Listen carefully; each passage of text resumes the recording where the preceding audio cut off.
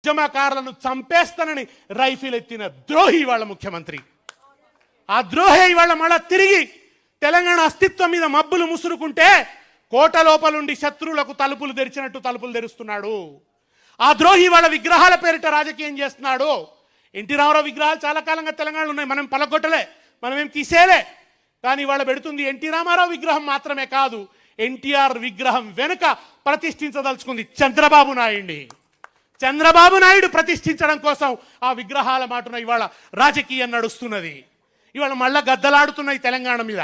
కేసీఆర్ అధికారంలో లేడు అంటే మళ్ళా గద్దలు తిరుగుతున్నాయి తెలంగాణ మీద, రకరకాల గద్దలు, మళ్ళా సినిమా గద్దలు.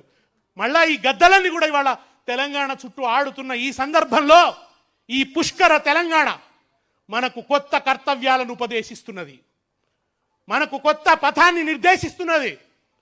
మళ్ళీ మనలో పోరాట స్ఫూర్తిని రగల్చమని, మళ్ళా ఒకసారి తెలంగాణ జెండాను ఎత్తుకొని జై తెలంగాణ అని ప్రళయ గర్జన చేయమని బోధిస్తున్నది ఈ పుష్కర తెలంగాణ.